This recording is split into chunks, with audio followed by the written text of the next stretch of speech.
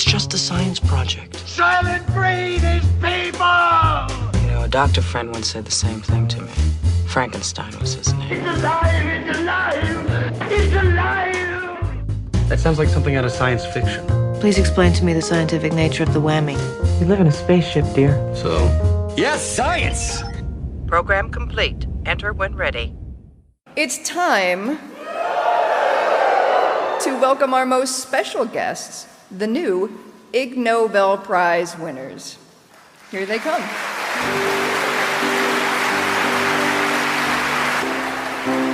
This year's winners represent 5 continents. Show them the love. Hello and welcome to episode 245 of Science on Top, the Ig Nobel edition. Today is Sunday, the 2nd of October, 2016. I'm Ed Brown and I'm joined by Dr. Shane Joseph. Hello. Penny Dumsday. Hello. And Lucas Randall. Hi. So, as I said, today we're looking at the 26th First Annual Ig Nobel Prizes, the awards given to achievements that first make you laugh and then make you think. They're fun, they're light-hearted, but often there is a serious side to the research as well. So let's begin. The Reproduction Prize was posthumously awarded to Ahmed Shafik from Egypt for studying the effects of wearing polyester, cotton or wool trousers on the sex life of rats, and for conducting similar tests with human males. A bit of fun to start off with. Yeah. Polyester. What sort of effect could that possibly have on the sex life of anything? Was there a previous study that established rats that wear pants have less sex? Like just any pants? And then are they breaking that down now? Go, which sort of pants have the greatest effect on their sex life? Or hang on, I'm jumping ahead. Maybe they had more sex. Maybe they suave and sexy in their pants. Have you finished? Oh wow. Testy already, and it's well. That's the wrong word to use, but oh dear. He dressed 60 of his rats in special rat underwear. His rats? He has 60 rats of his own. What is the collective noun for 60 rats? You know, is it smelly? I don't know. In this case, maybe an orgy. I was going to say, I almost used the word harem, but that would be, very racially insensitive. I guess. So, anyway. Sorry, not what I was hoping with my harem. So 60 of the rats, and he divided it up to, it was just 3 or 4 groups, I think. There was 100% polyester, 100% cotton, and 100% wool, or a 50-50 polyester cotton blend. So there isn't, actually, it's a good point that you make, Lucas, there is no control group here. There's no group of rats without pants at all.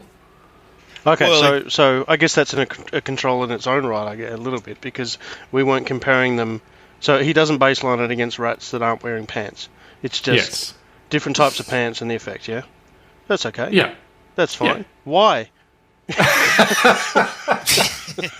Well, are you asking what's the point, Lucas? Are you saying this couldn't just be a curious study for study's sake?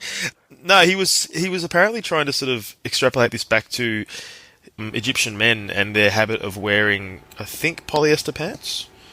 And he found that polyester pants, the rats that wore polyester pants saw significantly less action than their non-polyester pant wearing brethren. Surprise all round. Yeah, and it had nothing to do with the fact that, like, I was reading this before and going,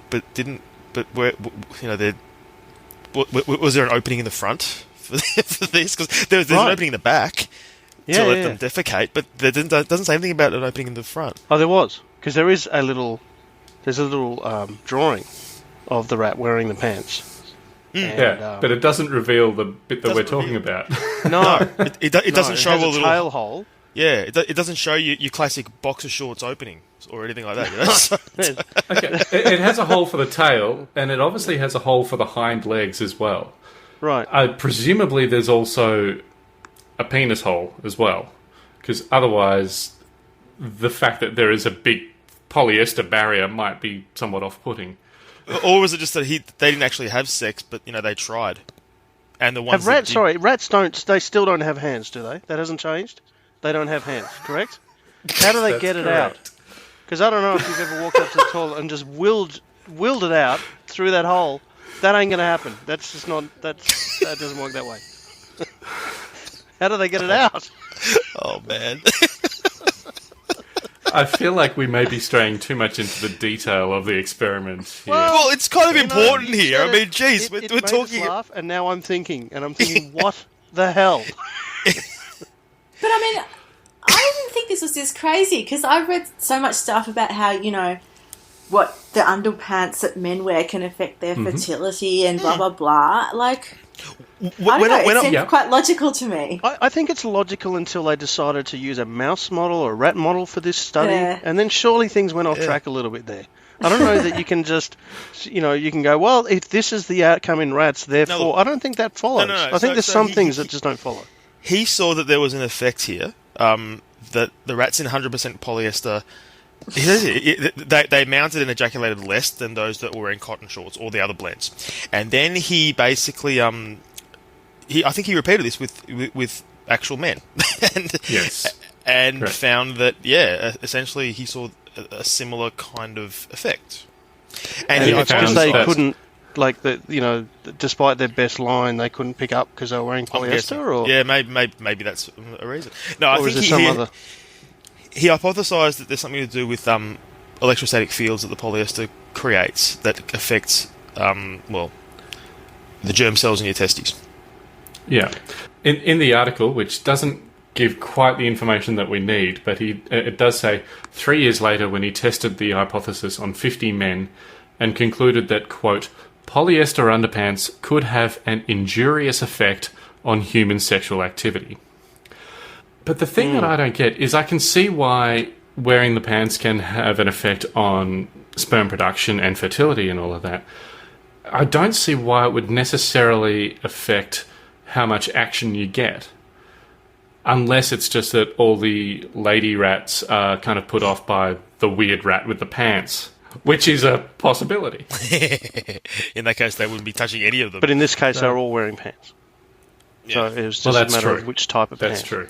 It might be the fact that, and I'm just purely speculating here, that the polyester has some sort of negative effect on not just the sperm, but other hormones that the rats are producing, and therefore, obviously, both sexes give off certain signals, and if you're not signaling properly here because your polyester's wrecking your mojo, then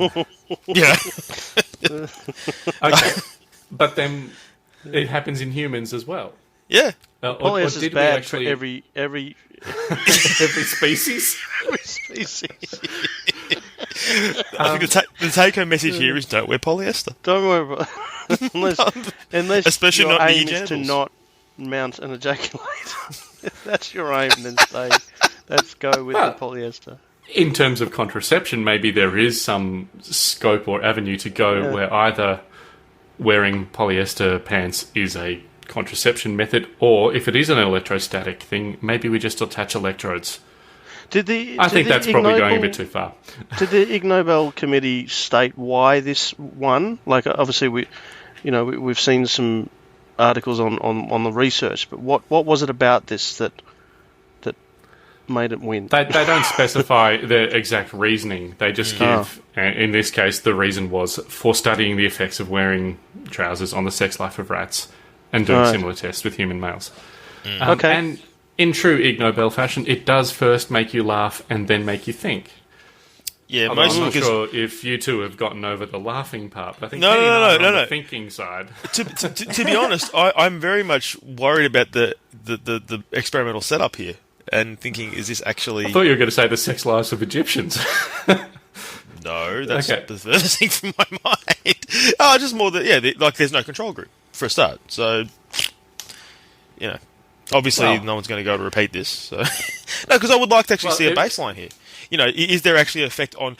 is it the Okay, we know the polyester has a more injurious effect than other kinds of pants, but is the actual thing of wearing pants a problem as well? You know what I mean? Like, what would this be compared to a normal control group of rats? Would the pants-wearing rats get any action at all if there was a group there that had no pants on at all? I think it's more research needed. I think you're Yes, right. I think, so. someone needs to replicate the study with. Someone needs to start knitting control little group. pants again for rodents and just do this all over again because I'm not satisfied. Yeah, you say that. I bet you there's already an Etsy seller who's doing that. But anyway. Yeah, probably. Let's move on to the Economics Prize then, which went to 2 researchers from New Zealand and 1 from the UK for assessing the perceived personalities of rocks from a sales and marketing perspective. Penny, the personalities of rocks. What is going on here? Yeah, well, that's what I thought. And then I've actually skimmed through I can't say I've read the study, but I've definitely skimmed it. I've given it a really good skim. A very, very comprehensive skim. Yes, a really comprehensive skim. So if the study authors happen to be listening to this, and there's a lot to love about this study. But I think it did come from quite a serious place. So apparently there's this marketing thing where you give people a questionnaire and it assigns a personality to a brand. So I don't know, like Coca-Cola is a young, fun woman who loves to, go swimming and play and go to the beach or Party something. on the beach. Yep. Yeah, party on the beach. Or I don't know, like IBM is just a great big ogre that squats on your desk. Whatever. Anyway, I shouldn't say that, should I? Yeah, I think that's fine. Don't use any IBM products in the recording of this show. They don't sponsor us. There's no promotional issues at all. If they do want to sponsor us, we will say nice things. Yeah, we can say nice things. I'll assign it. Anyway, so there's this thing, but the whole process of this is a bit funny. Like, does asking people do brands have a personality? Or by giving this questionnaire, do you, force that perception onto people? Did you even think that Coke might be a young woman who likes partying at the beach until you were asked that question in whatever way? So they tested it out on rocks, which in Western culture generally are not assigned personalities. Generally. Well, and they made that point that some cultures do assign personalities to rocks. Another similar study has been done, but that used pet rocks, which obviously anthropomorphise the rocks somewhat. Yeah. I was going to mention that. Some people do give them, but that's a different sort of thing to this marketing. That's a different sort approach. of thing. So this just got 3 just rocks. It looks like something out of a geology textbook, just 3 rocks. And they're given this test, or they assigned the brand personality test to the rocks. And they got 200 uni students, bribed them with chocolate, as one does. They weren't allowed to be marketing students. And they sort of found that people did assign personalities to rocks. And it's not like everyone thought the same thing, but there was definitely sort of clusters of things. Like one of the rocks was broadly got a lot of negative personality traits. Rock G was Rock G, yeah, good old Rock G. Oh my god! Tell us about Rock G. Well, it was characterised as corporate, a bit sleazy, a businessman. Oh. Now, Rock G, they include pictures of the rocks. Rock G, where is it? I've lost a picture. We've lost Rock G. I've lost Rock G. Because I was one of the first things I was like, I wonder what rocks they chose. Oh my god. Yeah. Rock G kind of, it was a black and white article, Rock G but it was looked a bit like obsidian. It was an obsidian, yeah. Oh, well, Rock I I looks like a geode, and Rock H looks a bit like pumice to me. Anyway, so I think the take-home from this is that maybe the test, when applied to a brand, does sort of force people into assigning a personality. Maybe the test itself is not that valid if rocks, which are generally agreed to not have a personality, can be found to have a personality with this test. Could the same be said of brands? Maybe brands don't have a personality. Anyway, it was pretty funny. I also got the impression that it's possible that the authors of the study got pretty into it, and they spent a lot of time discussing Rock G and the negative traits and the way people characterise Rock G. And I think Can we drill into that? They had a bit of fun. Some of those just negative traits. drill down onto Rock G. So I'm just looking at them. The Rock G had many negative traits assigned, such as criminal, not quite honest lifestyle, devious, backstabber, corporate climber, and a little shady. It's a little black rock. Come on! Yeah. Well, this Rock I, though, was a classy female rock that was reliable. So, that was... Fair enough. God. Righty. I don't know where to take issue with this story because it seems like a crock of shit. I mean, I understand that brand personality is a thing. Like, I get that. But as you said before with Coke and whatever, that brand personality normally applies to the associations you have with a brand because you've been exposed to it in some way. It has a meaning to you. Even if that meaning might just be the name of it the first time you hear it or something like that. But generally... that's kind of what they're looking at with brand personality. It just doesn't make sense to me to try and see how brand personality relates to rocks, because you're forcing people to make an assessment of these rocks with no prior knowledge of the rocks. But I think they were making the point that this test can get a kind of vaguely coherent assessment of something like a rock. So how is it that valuable for a brand? And that's what I'm so struggling it's not really measuring what it's meant to measure. Right. Yeah. It's measuring something. This is more a warning to be careful about how you use this brand. The what is it? Brand personality. Personality something. Yeah.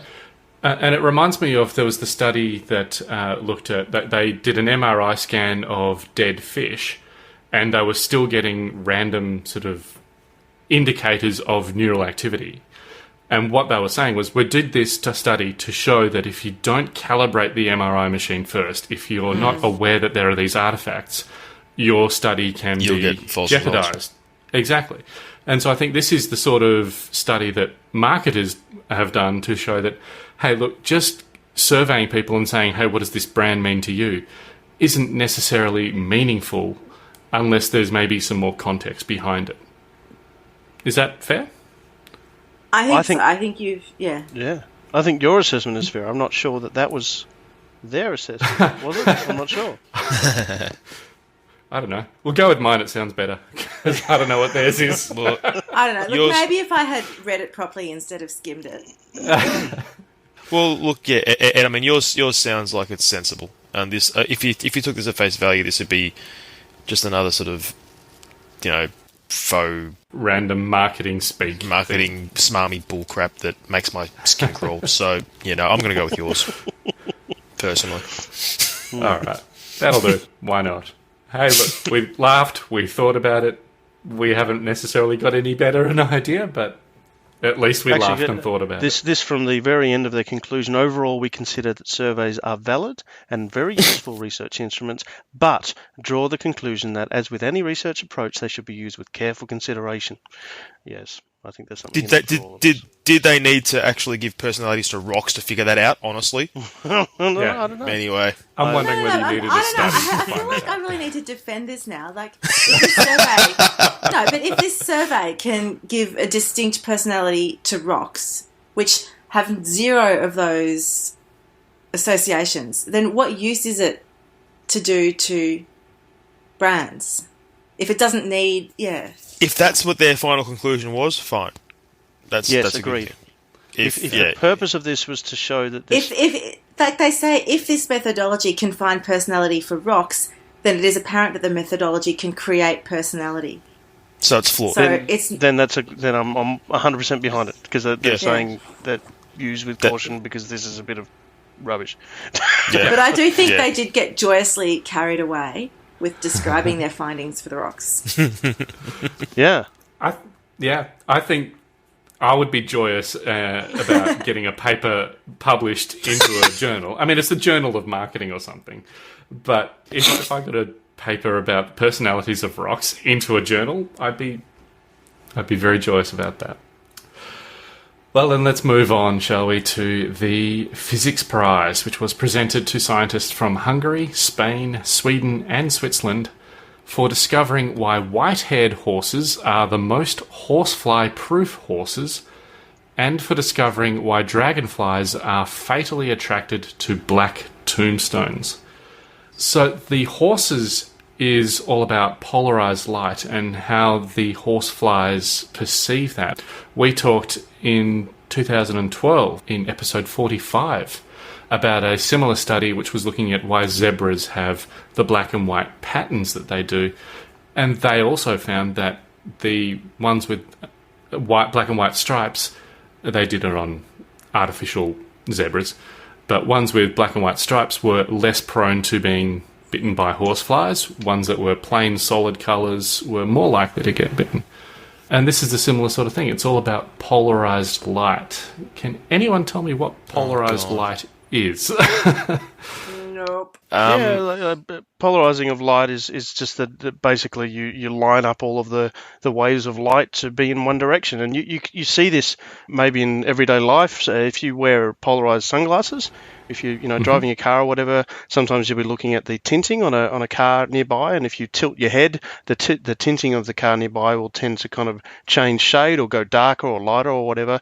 That's because you're actually changing your angle. Or the polarization of the light that's coming in through your glasses is now no longer matching the polarization of the light of the tint.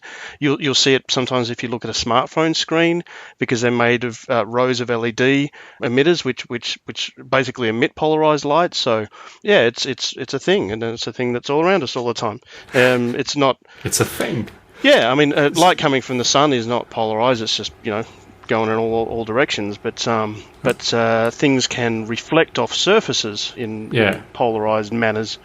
So yeah, that makes sense. So if you think of light being a wave, obviously it goes up and it goes down, but it's not always up and down. It's often on an angle or on a side, on a horizontal or whatever. Yes, and so polarized glasses will be blocking off certain angles. You're thinking of light in a kind of two-dimensional way there, which is not. Yeah, but I know what you're saying, yes. Because I can't describe it in a three-dimensional... I know, it's hard to get your head around. But basically, light normally is it's emitted in all directions. There's no polarization for it. But you can, mainly through either refracting or reflecting, you can line up the light waves so that they're all, in a north-south, east-west, whatever, direction you want. And in this case, if the horses... Was it the horses or the dragonflies had the polarized light? Which one did you? No, well, the horses. The horses, yeah. So as far as I think the horse flies can't see polarized light, which is what the white horses reflect. So, right. Okay. So they're basically they don't see it as well. So the horseflies don't attack the white horse as much. Okay. Yeah, and I quite like this because this is sort of the classic trade-off situation here. Because white horses are very, very uncommon because they're generally not... They're prone to things like skin cancer and predators. Because obviously if you're a big white horse frolicking through a meadow, the lion's going to see you, whatever it is going to see you much easier than a brown horse that can blend into the background a bit more. So, but there's this trade-off here because the brown horses get attacked by horseflies, which I'm sure carry their own diseases and horrible things as well. So, yeah, it's kind of... You've got advantages and disadvantages for being both. Okay. I wonder also if maybe...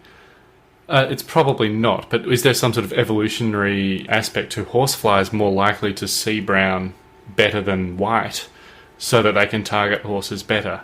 I'm guessing probably not, that they've just evolved eyes that I think it's just don't see polarized light as well. I think that's probably more what it is. No, it says they're attracted to polarized light. Oh, sorry. Okay, sorry. So previous studies have shown that horseflies are attracted to polarized light.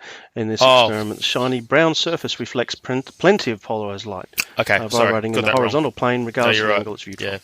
Actually, that makes sense because wait, no, it doesn't.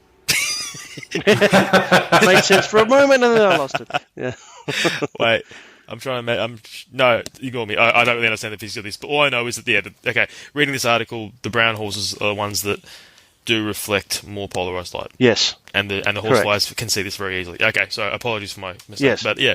So it may be that I'm not sure from reading this whether the coat of the brown, the darker horses is polarizing the light in the way that it reflects it off, or whether it is specifically reflecting horizontally aligned polarized light.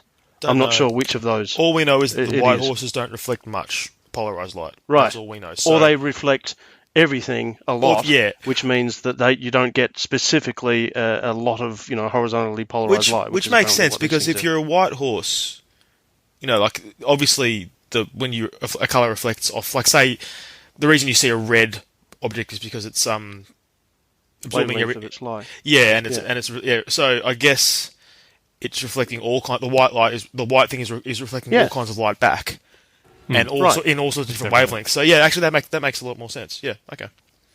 Whereas it might be that the darker coats are specifically absorbing some wavelength that is typically aligned in a certain way, which is then reflecting more horizontally polarized light in other wavelengths, which means horseflies can see better and therefore attack. Yeah. And it's actually a significant difference too, because when they had a white horse and a brown horse in a field and they washed it, the brown horse had 3.7 times more horseflies on or near it. Yeah. Which is a significant difference. It's pretty big, yeah. Like it's the poor horse must have been driven nuts because and horseflies are pretty serious because they can actually transfer some quite nasty horse diseases. So yeah. Yeah. Oh, here's a little snippet on why they're attracted to horizontally polarized light. They suggest that perhaps it could lead them to water sources where they can lay their eggs. Yep. And horseflies are usually dark and drab in color, so landing on a white body could make them more conspicuous to hungry birds. So maybe it's interesting. Yeah, two possible reasons. Yeah. And there was also the dragonflies, which are fatally attracted to black tombstones. That just seems an odd. It's like, this is where sometimes when people just don't get evolution, it's like, well, why would that evolve? That's just silly. That's not how it works.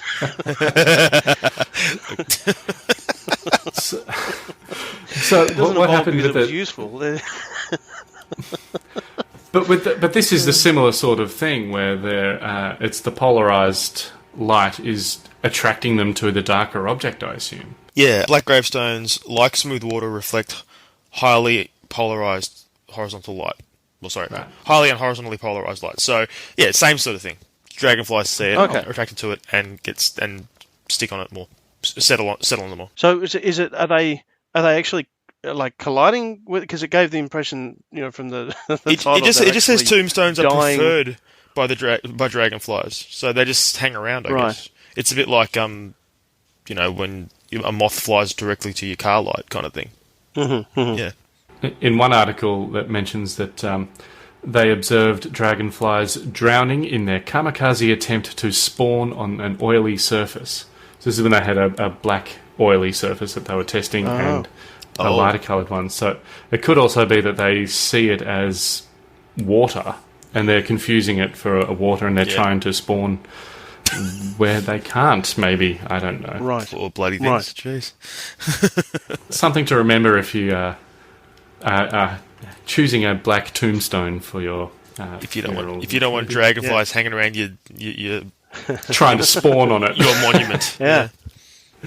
But I mean dragonflies, you often see them, flying over ponds and stuff, so makes sense. And water does polarize light in its reflection, so yeah. Makes sense. All right. The chemistry prize was given to Volkswagen for solving the problem of excessive automobile pollution emissions by automatically, electromechanically producing fewer emissions whenever the cars are being tested. Yeah, it's solving because they produce fewer emissions. The trick is to then just always test Volkswagen cars and they'll always produce fewer emissions. Yeah. And what I love about this wasn't just Volkswagen badged cars, but this is also the cars that Volkswagen make, like Audis and and Skodas and things like that, and it was. I remember seeing this when it first came out and thinking, this is the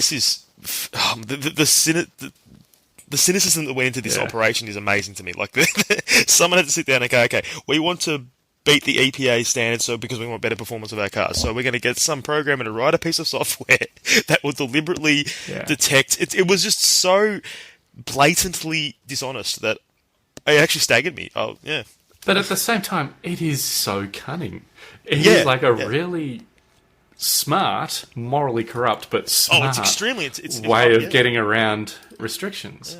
But then when they got found out, they then blamed these technicians or programmers or whatever. It's like, oh, they totally did that on their own. It's like, A rogue engineer or something. Why would you do this? I mean, look. I mean, it's feasible that they were trying to satisfy the bigwigs upstairs. They're like, oh, how can we improve? Oh, I'm sure it was that. It's almost certainly that they are under a lot of pressure to increase performance but decrease pollution.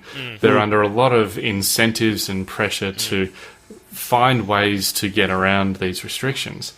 I don't blame it all entirely on the engineers. I think there's obviously going to be a culture of do whatever it takes to get the results that we want.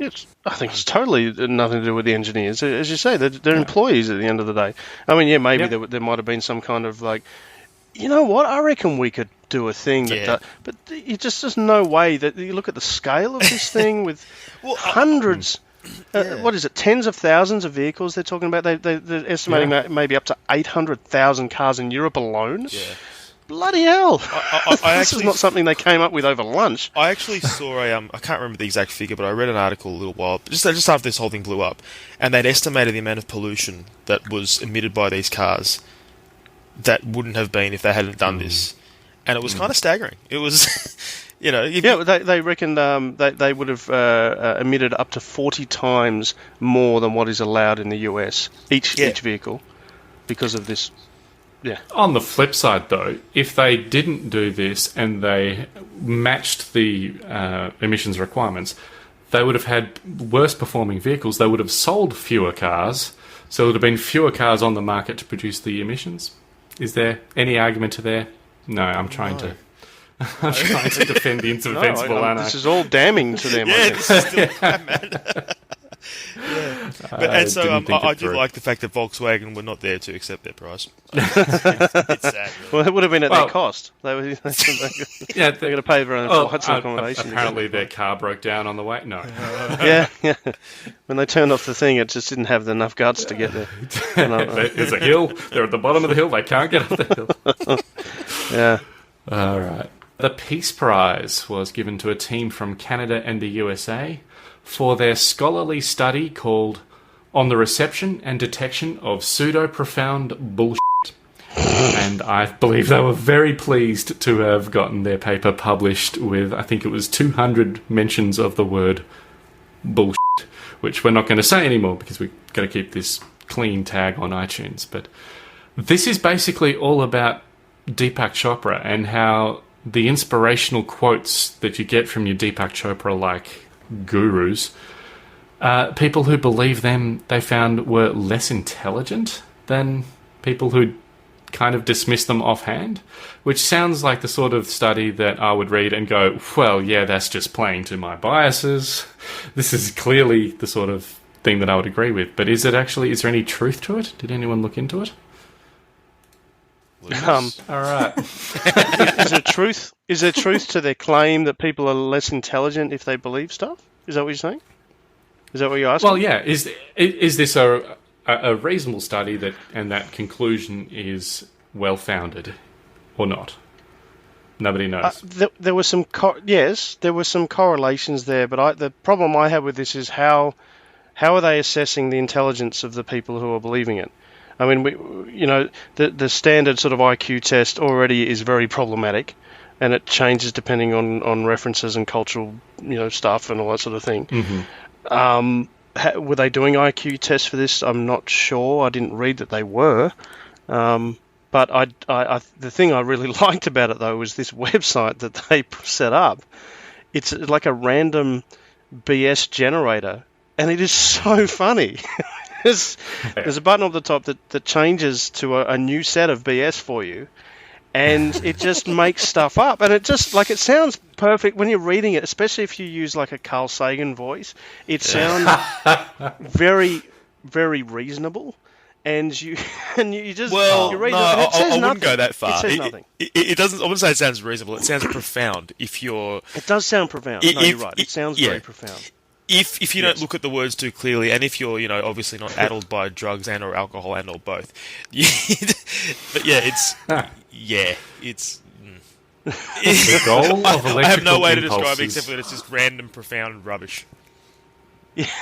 And I mean, when I say profound, such as the one I've got here is the goal of electrical impulses is to plant the seeds of potentiality rather than greed.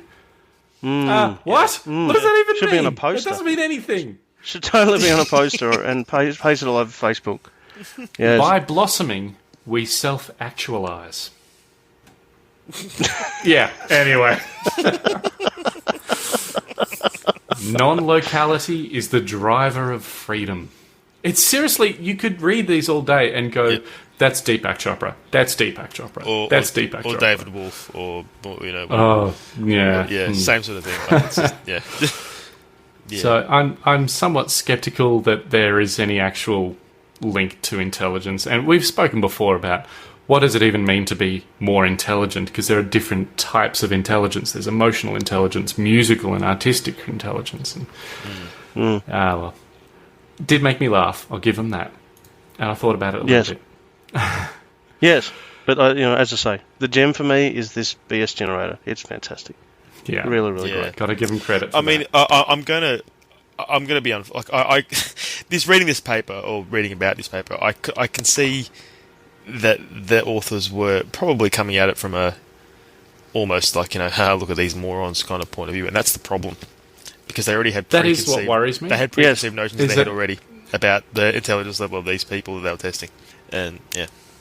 It's the sort of thing that I can see skeptics, the sort of the more aggressive type of skeptic who will go, see, proof, you guys are idiots, you're stupid, and all that sort of stuff, which is, A, not helping the skeptical cause, and B, just downright untrue and rude and unnecessary. And unhelpful. Yeah. It's just not helpful to call people idiots for believing these things when, it's so much more helpful to go. We think it. Let's face it. We all think that, but in the end, it's not actually constructive. To just sort of, no, it isn't. I mean, you're far better off to. It obviously depends on the setting, but because they did mention school children and so forth, and the key there, I think, is teaching them how to assess evidence and how to, look at claims and say, basically, we're just talking about skeptical skills, which is what I think we know a lot of people lack these skills, but it doesn't mean they're idiots. They just lack the exposure to the tools necessary to assess things.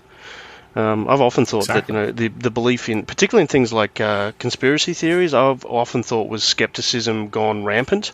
Like it's that they obviously have a skeptical mind because they don't just accept things, but they've lost or they don't have not yet developed the ability to assess evidence on its merits and go, that actually sounds like a totally plausible explanation, rather than jumping to the aliens or massive conspiracy involving hundreds of thousands of people who managed to keep a secret. Yes, and don't be sheeple. Yeah. Yes, but that is so easy. We all have a part of us that says, well, yes, that conforms to my pre-existing worldview. I will give it less critical thought than I would say something else that I don't agree with. We all have that within ourselves. Absolutely. Yeah. And I think that's one of the greatest challenges, in skepticism is to know that about yourself and recognize that you can't. You actually need to you need to recognize the biases and you need to have another look. And you have to be you have to pay particular attention when you have identified you have a bias and say, am I just, am I fulfilling my own bias here or what? Yeah. Am I falling into the same trap that I'm accusing those? That's right. Doing? Yeah, definitely. Yeah. Yep. All right. The Medicine Prize went to 5 German scientists for discovering that if you have an itch on the left side of your body, you can relieve it by looking into a mirror and scratching the right side of your body, and vice versa. This is the old rubber hand trick. It's a mental psychology thing that we've known about for a long time, where you can fool the brain into believing that something that it sees is what it feels, and vice versa, if that makes sense. Has anyone seen those rubber hand tricks where you can convince someone that a rubber hand is their own, and then you hit it with a hammer and they flinch because they think you're hitting their hand with a hammer, even though it doesn't hurt? It's astonishingly easy to break your sense of self. Really, really easy. And magicians do it as well. And I think I've read about this most recently in something Richard Wiseman wrote. I can't remember which one it was, but yeah, I do recall reading about experiments, and also with relation to amputees who often have like phantom itches, where they they lost their arm and they got an itchy wrist that's not there anymore, and there's just no way to get relief from that. And they have found that in these people, if they set up this sort of mirror experiment where their right hand looks like their left hand as far as their perception's concerned, they can actually satisfy in some cases this phantom itch, which is that's actually really useful. You're not going to carry the whole set around with you, the mirrors and everything. I'm itchy, I just got to set up my mirrors, but still kind of really cool. So this was of no surprise at all to me to read this, and I kind of was surprised that it was any kind of new finding, to be honest. Yeah, I think often the Ig Nobels will sort of find something that, even if it's well known or something, if it's written in a curious way or a comical way, they'll give it the award to that. But this it is perfect Ig Nobel material. It first makes you laugh. I can scratch my right hand and it'll itch the left. What? That makes no sense. That's funny. But it also makes you think, because, as we said, there's so many really awesome applications for this, and it's fascinating. What I found interesting about this is that they so the experimental the setup was quite interesting. They injected histamine into the into the right arm, creates a red spot, and they basically replicated that red spot on the left arm, and then did the mirror trick. And obviously you see the mirror image, and if you scratch the unaffected, the one that you don't actually have your real left side, but it looks like your right side of the mirror, it does alleviate the itching, but it only alleviates it about a quarter of what it would normally. So it isn't totally effective. It isn't like you're totally fooling your brain into thinking this. And obviously, it's hard to control for this, but but it's interesting that it isn't just a panacea. Like it isn't an all silver bullet kind of thing. You got to also wonder how much of itchiness is in your head anyway. Like, as soon as we started talking about being itchy, I started to get itchy. I'm feeling itchy now. Yeah. When, if my wife, who works with very young children, if she comes home and says, there's nits in the kinder again, it's like, now I'm itchy. I've never had them, as it turns out, but geez, there's so many times where I was like, they're all over me, they're crawling. There are serious conditions, like there's one called chronic itching, which is where you can have just... you're constantly scratching a spot, even until it bleeds, because your brain just doesn't switch off there is an itch signal. So if you get to that point, this is going to be great to, even if you relieve it by only a quarter, it's still hopefully going to stop you scratching a hole in your arm. So I've been there. Each time I visit some friends of mine up on the Sunshine Coast, they got those little, the little midgies, the tiny little sandfly things. Yep. I seem to be really allergic to those, because I get sort of bites from those that last for weeks of itching. Pretty horrible. They're horrible things. Yeah. They're worse than mozzies, because at least you can hear a mozzie coming off.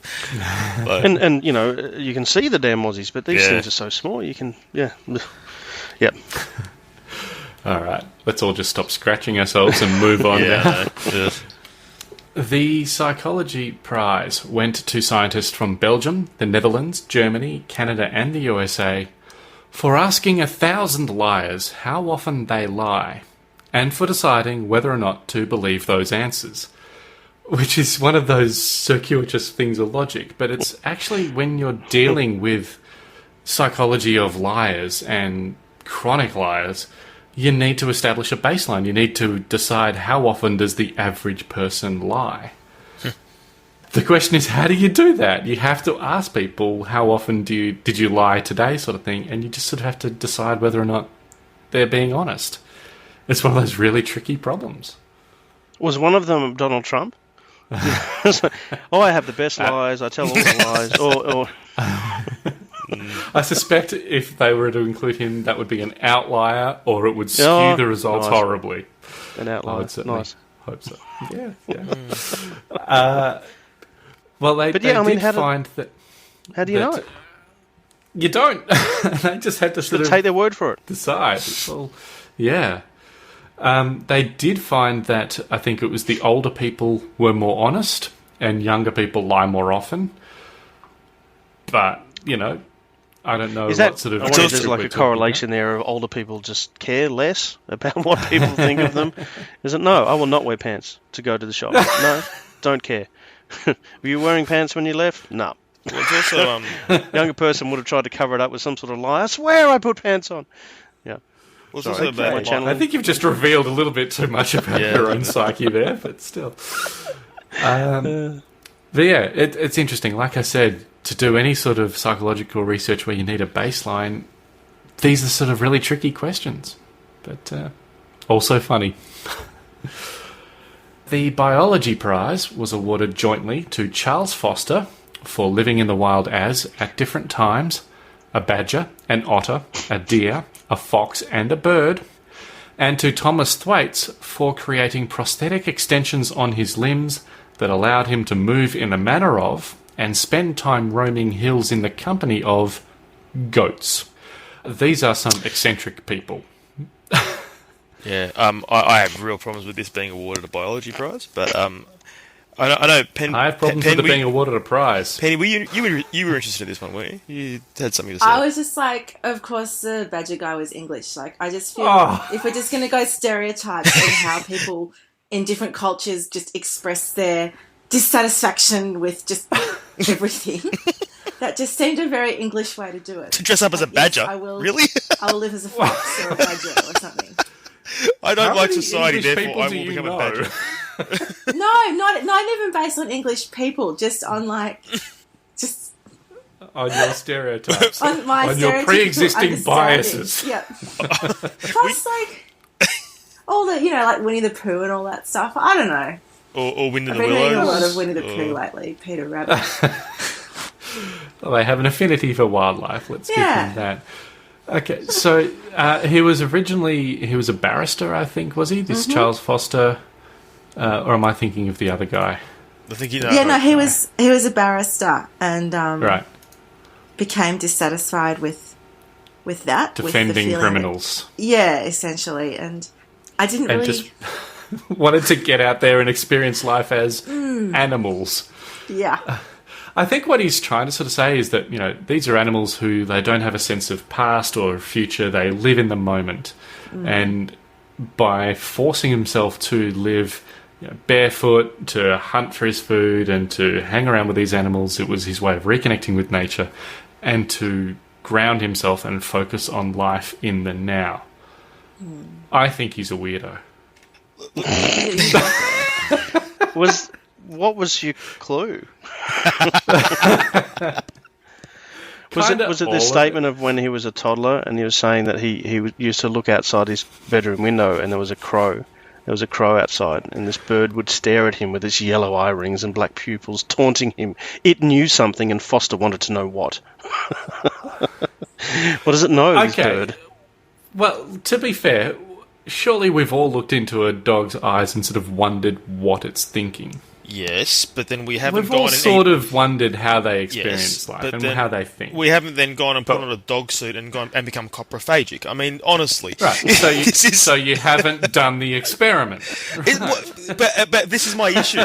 What experiment? What was he doing? What was the point of what he was doing? There was no hypothesis. There was just a series of observations, which in itself does not negate its scientific value. Observing is a fundamental part of science. Yes. But this isn't really an experiment. You're right. There is no testing. There is no hypothesis. It's just I did something and I observed what happened. In both cases, not just this guy, what's his name? Sorry, Charles Foster, but also this guy Thomas Thwaites, who dressed up as a goat and developed prosthetic limbs to go clambering up the mountainside with goats. It was basically just I'm going to say this, a self-indulgent exercise of some middle-class man deciding that he was going to, they were going to become one with nature. There was no science involved here. This was just basically a philosophical exercise of, why can't I be close to nature? That's how I see this. How this then got... I know this is the Ig Nobels and it's not actually serious, really, in a lot of ways, but this kind of annoys me that this is now touted as a biology prize. I'm sure there were many more... I kind of agree with you that it's not really... prize-worthy. It's a rant, I know, but honestly, this is not biology. This is, philosophically interesting in some ways. This is, in terms of maybe you could look at it as the psychology of people who dress up as animals and go live as them. That would be cool. But to call this a biology prize, I think is really stretching it. Yeah, he had his son with him. I'm not sure how old his son was, but apparently his son Tom lived as a badger in Wales for some time, and they would spend the day, basically doing badger things. They spent the day badgering. Aren't badgers quite violent creatures? Or they can be. They would sleep by. Oh no, they would sleep by day and prowl by night. It sounds like prowl. Well, badgers. I mean, like if you watch Wind in the Willows, the actual the stop motion animation in Wind in the Willows, you have this preconceived notion that badgers are these grumpy old gentle things, but they're not. They're actually kind of vicious. Or they can be. Well, he did well as a badger, but he didn't do as well as an otter. It says here that as an otter, he had less success. Part of the problem was he doesn't like otters. Nasty killers with little to recommend them. He enjoyed the sprinting, which is described as shit sniffing, which he did with his children. And before long, they could distinguish each other's poo. And they spent... Yeah. It's a useful skill. It's a useful skill. Yeah. I think Mr. Thwaites, at least the goat man, he has a degree of, I guess, justification for it, because I think he was really doing it as an art form. And you can justify anything by calling it art, I think. But so he only lasted 3 days on the goat farm before he left and crossed the Alps and is now happily back to normal human life. Because previously he did another sort of artistic thing. He was inspired by Douglas Adams' Hitchhiker's Guide to the Galaxy, where Arthur Dent crash lands on a primitive planet and has to try and build a toaster, replicating his modern world. And Thwaites tried to build a toaster out of just materials that he would find around. That took him 9 months and about £1,200 to complete. I don't know why it would cost so much money to build a toaster out of stuff you find. Weird. Like heating elements and a case to put it in. I don't understand why that would cost £12,000. Yeah, why is he spending any money? That's a good point. He's finding the stuff. So, yeah, like I said, I think that was more of an art thing rather than a serious scientific thing. But maybe they're not. But he does recommend being a goat. He says he found it a special kind of time, the 3 days as a goat. Yeah. All right. Good for him. The Literature Prize went to Fredrik Soyberg from Sweden for his 3-volume autobiographical work about the pleasures of collecting flies that are dead and flies that are not yet dead. They will be. 3-volume books about collecting flies, basically. Now, we've all seen entomologists who collect flies or some sort of insects, and they can have very detailed, extensive collections. I don't know if I would publish 3 books about it and expect people to read it, but it does seem to get fairly good reviews, which surprises me. I'm curious what the content of the books was, though. Was it just about the catching? Was it just about the collecting, or was it about his analysis of them, or comparison of one to another, and like was that? Because I'm thinking of Charles Darwin with all of the. What was his? He had a fascination with something for many, many years. I forget what it was. Was it clams or something? Or it was finches. No. Finches? It was before that. There was something more. No, it was barnacles. Barnacles. That was it. Yeah. Barnacles, kind of clams. And, but because he used to often spend time in his office studying barnacles, and his son once went to play at a friend's place and was looking around their house, whatever, and he said to them, "So where does your dad do his barnacles?"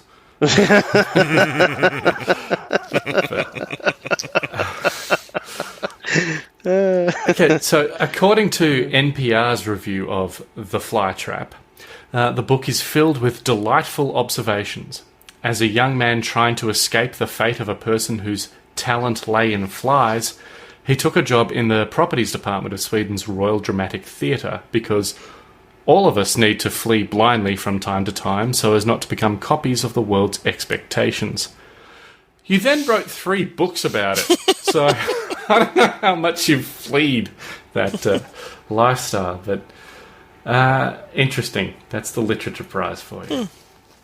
Which to me actually seems more scientific than the Biology Prize. Yeah, exactly. I actually kind of agree. To be perfectly honest. Interesting, even though they're both just collections of observations, essentially. Yeah, but I mean, he had clearly had a decent sample size. Yeah. So yes. Not 3 days of goats. Several thousand specimens that he had. I can't remember the exact number, but it was impressive. Mm. And finally, the Perception Prize was picked up by Atsuki Higashiyama and Kohei Adachi for investigating whether things look different when you bend over and view them between your legs. When you view things between your legs, do they look different, Lucas? Yes. Absolutely. For starters, they're framed by my legs. But I imagine there must be some kind of perceptive clues that we have, particularly because this is talking about things like judging distance became affected, and I'm thinking of the whole thing when the moon's down close to the horizon, it really screws with your brain, and because it's it appears very large compared to things on the horizon for which you have a direct understanding of their size. So if it's near a building, because you can't really get further away from the moon. There's not much you can do on the planet to get further away from the moon, so it's always the same size, but apparent size. But if you put it, say, behind a building, which is actually quite a long way away from you, the moon, in contrast, doesn't get smaller as the building does at getting away from you, because it's already a really long way away. So that really screws with our brain. So people can often think that the moon is bigger when it's on the horizon, and it isn't. If you use something like your thumb to measure the width of the moon and then do it again when it's right up directly above your head, it's the same apparent size. So I can get how this might sort of be affected, judging distances. Totally. You're upside down. You've probably got blood rushing to your head, and everything is framed by your legs, which might screw around with things. So they found that when you look between your legs at something, just the fact that it's not just that it's upside down, it must be something to do with framing it, or, as you say, a physiological thing like the blood rushing to your head. Because when they were wearing glasses that invert everything, and they just make everything look upside down, that didn't change the subject's impression of how big an object was. Yeah. But when they actually physically bent over and looked between their legs, they would look bigger or smaller accordingly. I think everything looked smaller, was it? Yeah, smaller. Did they try things like looking through someone else's legs upside down? Like, I'm just curious whether there was much variation in the methodology there. I don't know. But that would actually be a really interesting use of something like VR technology, where if you then get them to bend over and you put it, as you say, with different legs or different size legs, maybe a tall person or a short person or whatever, you could control for things like that, and that would be interesting. Maybe that's next year's Ig Nobel Prize. All right, well, I think that's it. That's all the awards. We'll have more information about each Ig Nobel Award at scienceontop.com/245, and you can find all our social media links and contact details there as well. And one way you can really help us out is by leaving a nice review on iTunes, just like Smiley Shark did. He or she gave us a 5-star review and said, "I just want to hear Ed say Eyjafjallajökull over and over and over." Well, Smiley Shark, this is for you. Eyjafjallajökull, Eyjafjallajökull, Eyjafjallajökull, Eyjafjallajökull. Enjoy that, you toothy fish. But before we go... Ed, you need to make that into a custom ringtone that people... Oh, dear. Yes. Do I? Yes, you do. We all I'm vote. Sure we can sit proudly on the mantelpiece beside Wobble. I'm sure our dear listeners are avidly working on that as we speak. But before we go, we've just got a little announcement. Next week will be our last show for a while. We'll be taking about 3 weeks off because I will be travelling around the UK. I'm going to be in Manchester for the QED, Skepticism and Pop Science Conference. After that, I'll be in Stratford-upon-Avon, Oxford, and London. So if you're near any of those places and you fancy a drink, get in touch with me and we'll see what we can do. And this is Ed just boasting, basically. Like Ed saying to the world, this is where I'm going to be. Ha-ha. Yeah. Yeah, exactly. Yeah, especially all you people in Melbourne who, just when the weather starts warming up and getting nice, I'll be in England and Manchester where it's going to be 14 degrees and cold and cloudy and miserable. But anyway, yeah, I'm boasting. All right. Jeez, you're going on holiday. My heart bleeds for you. Yeah, anyway. All right. Well, Penny, Shane, Lucas, thank you all for a great show. No worries, thank Thanks, you. Ed. No worries. This episode was edited with finesse and fortitude by Marcos Benamu. Thank you everyone for listening. We'll be back again next week putting science on top of the agenda. Join us then.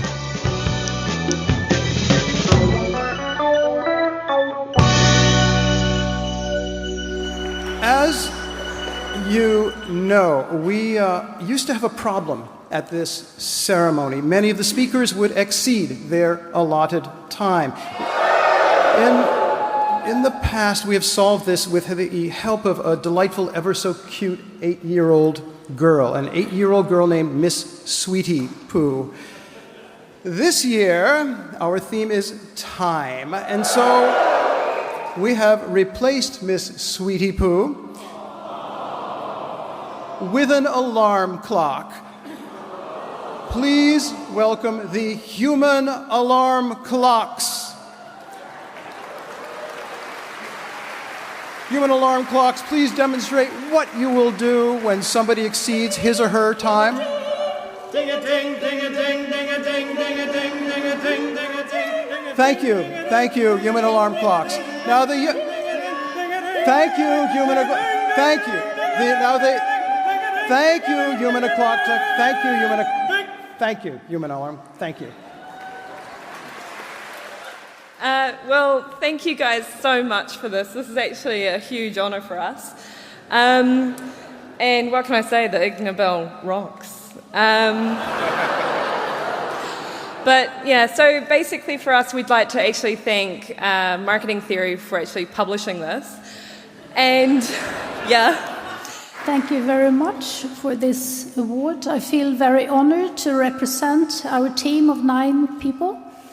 And it's been really exciting because I'm the biologist and the rest are mainly in physics. But this is the way science goes, and we have found, in fact, that you rather be a white horse than a black one if you like to avoid being bitten by horseflies. But in fact, you can also dress either in stripes, like a zebra, or like myself, in a dotted coat. That will also help. Tonight is a special night, of course, in more ways than you could count if you chose to, but one way is that this is a wedding anniversary. 15 years ago, at the Ig Nobel Prize ceremony, the ceremony concluded with the wedding, the actual wedding of 2 scientists. We advertised on the internet, had many people, and one couple clearly were destined to be chosen for this. It was the first wedding ever conducted in this historic building. They are both NASA scientists. Please welcome Lisa Danielson and Will Stefanov. Now, dramatic entrance. There is one question people have been asking me to ask you, so I'll ask you just that one question. Are you still married? Yes. Thank you. And congratulations. You cheat your brain. You take a mirror, look into the mirror, and see your left arm by the mirror, and your brain perceives as the right arm. And if you scratch your left arm, you have an itch relief. That's it.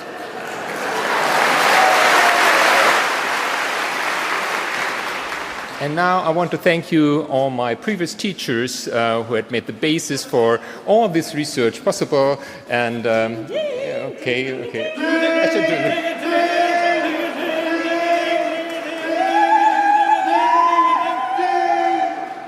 Thank you. People lie on average 2.2 times a day. Old people are the most honest of all. And I'm glad to see so many honest people here on the stage tonight. So our study tells that if Clinton and Trump lie 1 to 5 times a day, they're just average liars like all of us. Thank you. Thank you. We would like to first thank the organizers for such a wonderful celebration of truly profound but still unmitigated bullshit. We also thank the University of Waterloo and NSERC for funding us, and also the Jonathan Barron and the Journal of Judgment Decision Making for publishing our paper despite the profanity. And finally, we'd like to thank all of those who inspired us, such as Deepak Chopra, Dr. Oz, Oprah, whoever wrote The Secret, Donald Trump, Stephen Harper, every politician ever, an entire lineup of Fox News, MSNBC, CNN. We'd like to thank the tobacco lobbyists, those who deny climate change and evolution. We'd like to thank my Uncle Ted.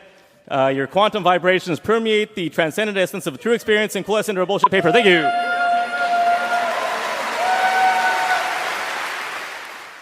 We have 5 glorious senses. Normally we use only one of them, vision. It's a very distorting lens because it's linked to our cognition.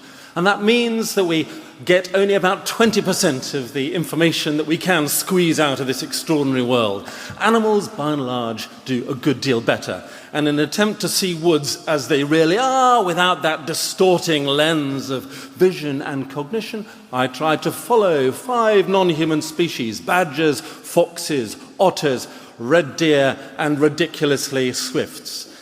It increased my understanding of what their landscapes are really like, rather than landscapes coloured by all our colonial impressions of what those landscapes should be like. And it also generated in me a good deal of empathy for these animals, and we can do with a little more of that. Thank you very much.